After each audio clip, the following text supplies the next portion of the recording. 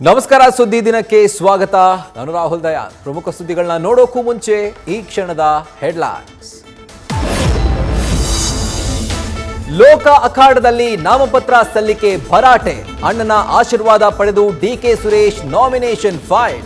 ಹಾಸನದಲ್ಲಿ ಉಮೇದುವಾರಿಕೆ ಸಲ್ಲಿಸಿದ ಜೆಡಿಎಸ್ ಅಭ್ಯರ್ಥಿ ಪ್ರಜ್ವಲ್.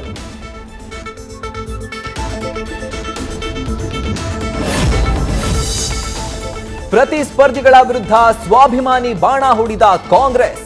ಮಂಜುನಾಥ್, ಎಚ್ಡಿಕೆ ವಿರುದ್ಧ ಹೊರಗಿನವರು ಎಂಬ ಅಸ್ತ್ರ ಪ್ರಯೋಗ. ದೇವೇಗೌಡರನ್ನ ಸುಳ್ಳುಗಾರ ಎಂದ ಸಿಎಂ ಸಿದ್ದರಾಮಯ್ಯ.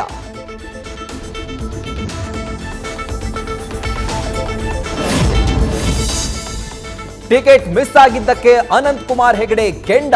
ಮನವೊಲಿಸಲು ಹೋದ ಹರತಾಳು ಹಾಲಪ್ಪ ಮೇಲೆಯೇ ಗರಂ. ಮನೆ ಮುಂದೆ ಅರ್ಧ ಗಂಟೆ ಕಾದ್ರೂ ಕಾಗೇರಿಗೆ ಬಾಗಿಲು ತೆರೆಯದ ಫೈರ್ ಬ್ರ್ಯಾಂಡ್.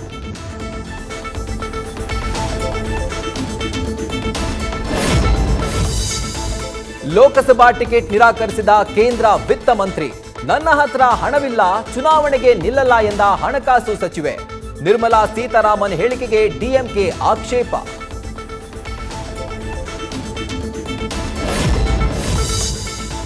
ಜೈಲು ಸೇರಿದ್ರು ಕೇಜ್ರಿವಾಲ್ ಸಿಎಂ ಆಗಿ ಮುಂದುವರಿಕೆಗೆ ಹೈಕೋರ್ಟ್ ಗ್ರೀನ್ ಸಿಗ್ನಲ್. ರಾಜಕೀಯ ಫೈಟ್ನಲ್ಲಿ ಮಧ್ಯಪ್ರವೇಶ ಮಾಡಲ್ಲ ಎಂದ ಕೋರ್ಟ್. ಮತ್ತೆ 4 ದಿನಗಳು ಇಡಿ ಕಸ್ಟಡಿಗೆ ನೀಡಿ ಕೋರ್ಟ್ ಆದೇಶ.